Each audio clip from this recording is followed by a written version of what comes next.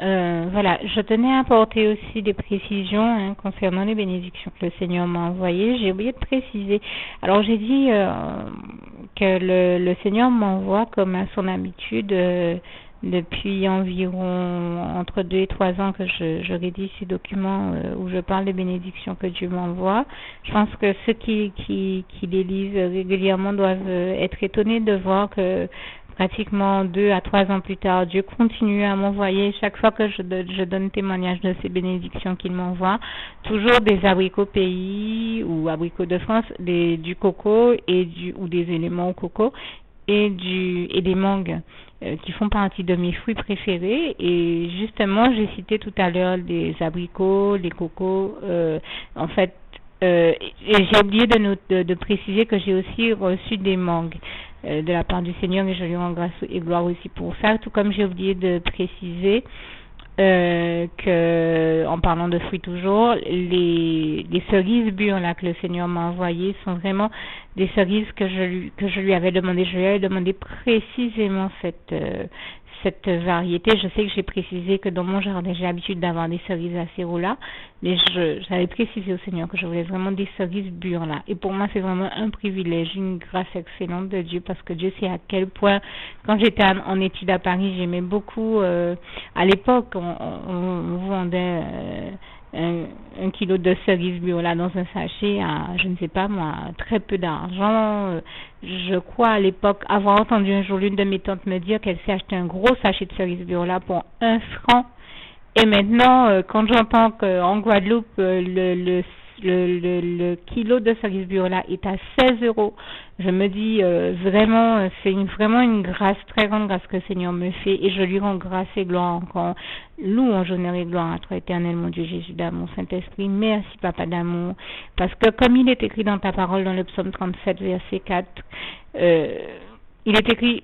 fais de l'Éternel tes délices et il te donnera selon ce que ton cœur désire. Et moi, je rends grâce et gloire à Dieu, parce que vraiment, je peux vous témoigner que quand on obéit à Dieu, qu'on fait tout pour développer sa relation d'amour, d'intimité, de complicité avec Dieu, qu'on lui fait totalement confiance, qu'on lui reste sincère dans son cœur, qu'on lui envers son cœur, qu'on reste sincère avec Dieu, qu'on marche par la foi en Jésus-Christ, on va de l'avant avec Jésus, et qu'on fait de lui son premier amour dans sa vie, qu'on le met en priorité dans tout ce qu'on fait,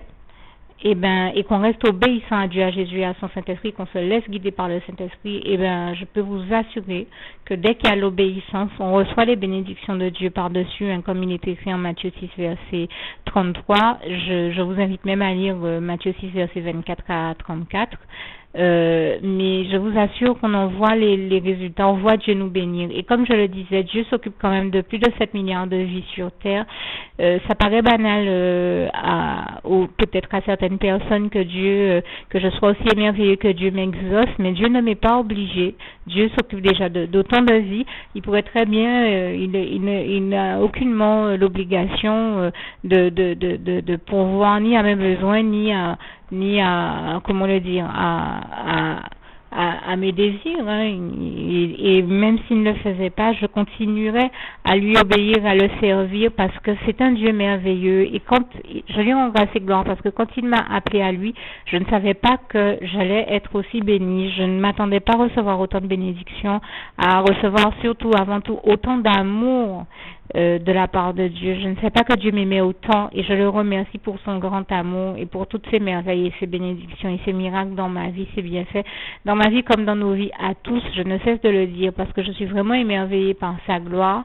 et c'est vrai que je tiens à dire que ça, donc je n'ai découvert qu'après, et je remercie le Seigneur parce que ça m'a donné une habitude de ne pas non plus être dans une relation intéressée avec Dieu, mais dans une relation d'amour avec Dieu, d'amour, d'intimité, de complicité, et de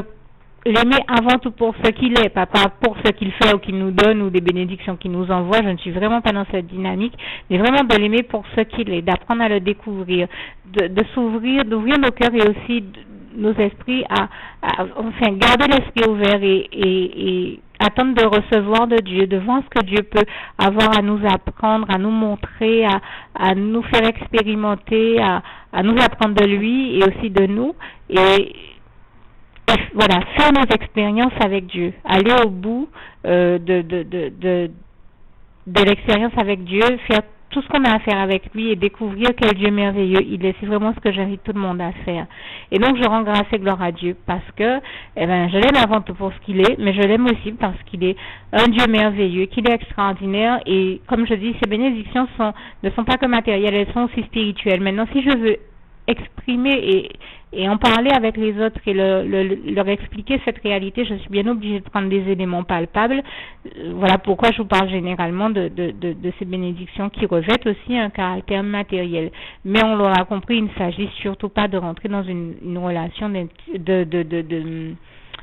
intéressé avec Dieu, mais vraiment une relation d'amour et ne pas être à le chercher uniquement pour recevoir de lui ses bénédictions. Ceci dit, bien sûr, je vous rassure, si j'aime autant Philippiens 4 verset 19, c'est que Dieu pourvoit toujours à nos besoins, comme il est écrit en Philippiens 4 verset 19, et mon Dieu pourvoira à tous vos besoins selon ses richesses et avec gloire en Jésus-Christ, car comme vous le savez, il est aussi écrit dans le psaume 23 verset 1, l'Éternel est mon berger, je ne manquerai de rien. Et j'ai pensé à divers passages, je pense aussi à Jérémie 29 verset 11 à